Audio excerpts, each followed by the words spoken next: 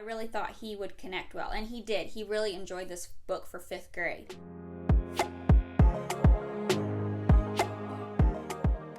Hey there, homeschoolers. Happy 2023. We're already into February. I don't know about you, but our school year is breezing along so quickly. I'm already doing a lot of research trying to figure out what would be best for us for our upcoming school year. Maybe you are too. If you're new to my channel, welcome. My name is Kira. I'm a former homeschooler myself, and I raised my son. He's in 6th grade, and we're currently finishing out the school year, and I will be focusing on 7th grade here soon. So make sure you click like and subscribe and click that bell for notifications. In the next few months, I'll be uploading a lot more videos for 7th grade curriculum choices that I will be using, and I'll be super excited to share those with you. So this book is America's Story 3 from Masterbooks. Now, we used this book last year for 5th grade. I really felt like last year that my son was going to enjoy it the most. We were transitioning from a different curriculum into this curriculum, and the pictures in this book just seem like he would really enjoy it. Now, he does like to read as well, so he was able to read a majority of this and understand it, and then we were able to talk about the events. So this book starts out in the early 1900s, and then it goes to more present day time. And I felt like last year it was a good time for him because he really liked more about inventions and industry. Obviously, it goes through some of the world wars. So this history book is actually for 3rd grade through 6th grade.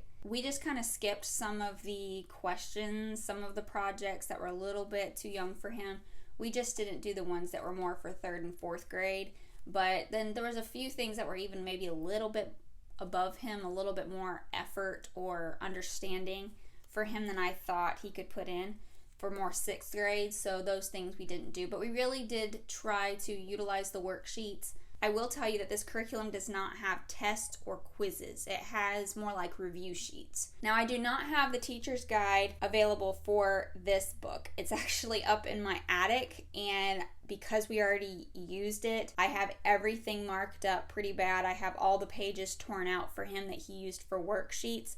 However, you can click on this link above. I do include in there the Teacher's Guide for Masterbooks World Story 1. That's what we're using for 6th grade. It's almost identical to what was used for this book. The teacher's guides don't really change very much. It's just more of the content. So it still will have a schedule, reading, worksheets, review sheets, kind of gives you an idea of what you need to do every day. And then it breaks down more like activity sheets or project worksheets. So if you're wondering what the teacher guide is more like to get an idea, check out that video. I'll have it linked, and then I also will have it down in the description. I will also have linked in the description a link to this book and the World Story one, which is the 6th grade as well. That way you can go on Masterbooks and see if either of these would be good options for you and your students. So let's take a deep dive in this book and see what it has. Alright, so let's get started on America's Story. Going into the table of contents, you'll see that it starts out with Teddy Roosevelt, and then it goes down through to the Wright brothers, and basically goes right into the Titanic, World War I, the Great Depression, World War II, and then it goes on to the Cold War, Civil Rights Movement, then it goes into 1980s, 1990s, and then it goes right into the 2000s, gets us up to current times. So here's where it talks about Teddy Roosevelt and goes into his story. Again, this is the beginning of the 1900s. With each chapter, it has kind of like a breakdown of events during that time in a particular place. It would have been in the 1800s, but it's kind of leading up to the early 1900s here.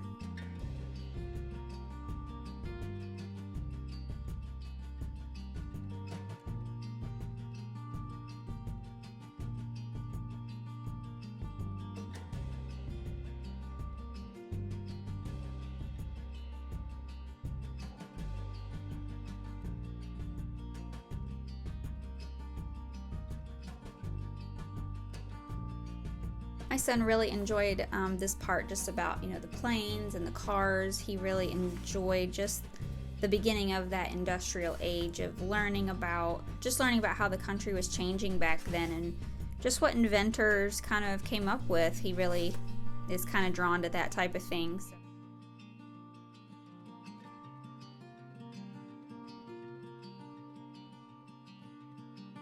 So again, this kind of goes into the Titanic right here. just some pictures of what it would look like, what the rescue would have looked like.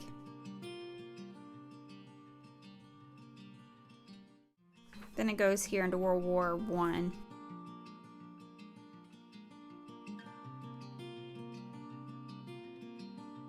It's about the Spanish flu after the war.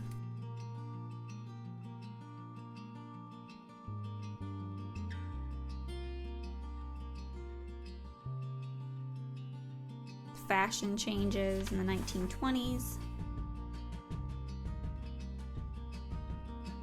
The Great Depression.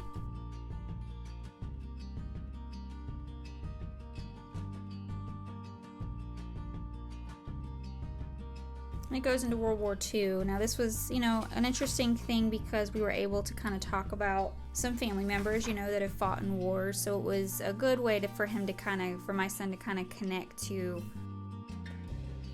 just the sacrifice that many men and women have made over the years, and he was able to really connect with that.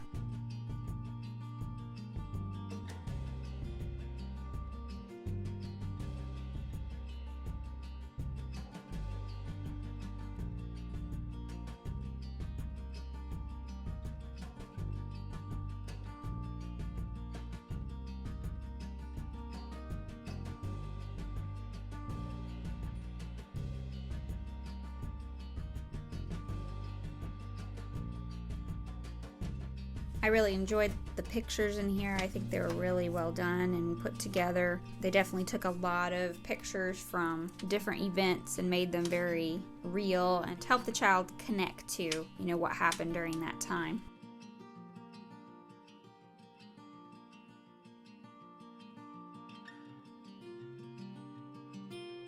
It goes into the civil rights movement.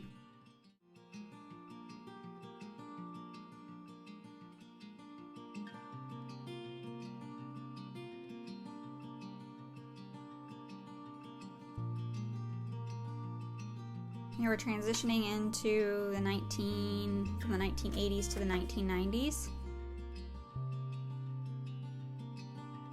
Talks a bit about farming in America and how it changed.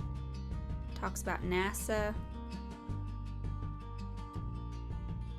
Talks a little bit about the government breakdowns here with the 3 branches. Different monuments in Washington, D.C. and where they're located. Now it's getting in more to technology and computers, the growth of it, and how we use it in everyday life.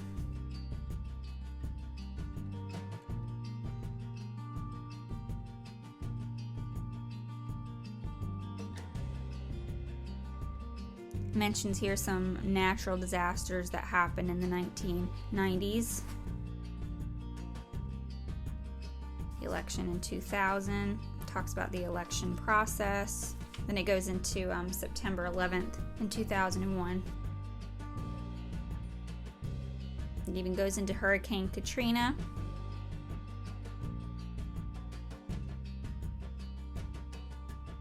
Then it goes into 2008.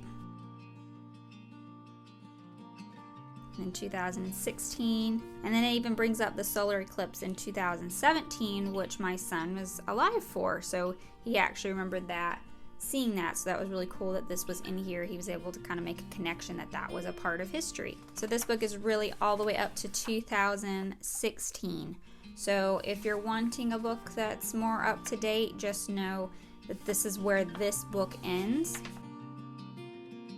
and they may be coming up with a more updated version of this book at some point. So I would just keep your eye on Masterbooks website to see if they have a revised version of this, because I still think it would be really good. I don't know what they'll add to it, but I think it would still be really good and easy for your child to make a connection with. And in the back here they have a glossary of terms in case you need to refer to that. And there we go, Inside America's Story 3. Well, there you have it. I hope that really helped you to see the breakdown of the chapters in this book. As long as your child is a good reader, or you're a good storyteller and you like to read to your child, I think this is a really good option. Thanks for watching today, and I hope the school year is going good for you. Just hang in there, whatever your circumstances are. Be joyful in the circumstances. Just let the positive days lift you up.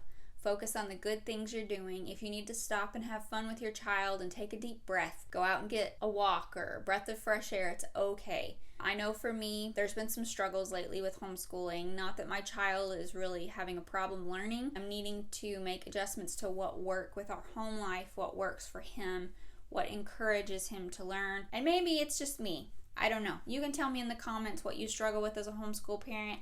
I know there's tons of people out there who are totally free-flowing in their homeschooling, and maybe they've achieved a certain level of understanding that I haven't yet. I only started homeschooling my son in 4th grade, and so I haven't been doing this since kindergarten with him. So as he's getting older, I'm having to learn as he's adjusting in his life and going into the tween stage.